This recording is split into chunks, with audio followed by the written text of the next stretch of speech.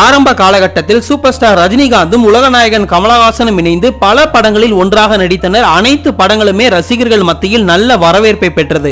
ஆனால் ஒரு காலகட்டத்திற்கு பிறகு ரஜினியுடன் நடிக்க மறுத்துவிட்டார் கமல். ரஜினியை நேரில் அழைத்து, நீங்கள் என்னோடு நடித்துக் கொண்டிருந்தால் உங்களுக்கென தனி அங்கீகாரம் கிடைக்காது. நாம் இருவரும் ஒரு மாற்று சக்தியாக உருவாக வேண்டும். எதிர்காலத்தில் எம்ஜிஆர், சிவாஜியை போன்று ரஜினி, கமல் என ரசிகர்கள் உச்சரிக்க வேண்டும். எனவே இன்றிலிருந்து நீங்கள் தனியாக நடியுங்கள் என்கிறார். இதனை புரிந்து கொண்ட ரஜினிகாந்தும் அதற்கு சம்மதம் பல படங்களில் தனி கதாநாயகனாக நடித்து சூப்பர் ஸ்டார் என்ற அந்தஸ்தை பெறுகிறார் ரஜினிகாந்த் அவர்கள். ஆனால் அவருக்கு கதாநாயகன் அந்தஸ்தை பெற்று தந்தது பைரவி திரைப்படம். கலைஞானம் தயாரிப்பில் அந்த படம் வெளியீட்டிற்கு தயாரான போது பல நிதி நெருக்கடிகளை சந்தித்தது. இதனால் படம் வெளியாகவும் தாமதமானது. இதனை புரிந்து கொண்ட கமலஹாசன் அந்த பட வெளியீட்டிற்காக 1 லட்சம் ரூபாய் கொடுத்து உதவினார் என்பதும் குறிப்பிடத்தக்கது. இதனை ரஜினிகாந்தே பல பேட்டிகளில் குறிப்பிட்டுள்ளார். நான் சூப்பர் ஸ்டார் என்ற அந்தஸ்தை பெற்றிருக்கிறேன் என்றால் அதற்கு எனது நண்பர் கமலஹாசனும் ஒரு முக்கிய காரணம்.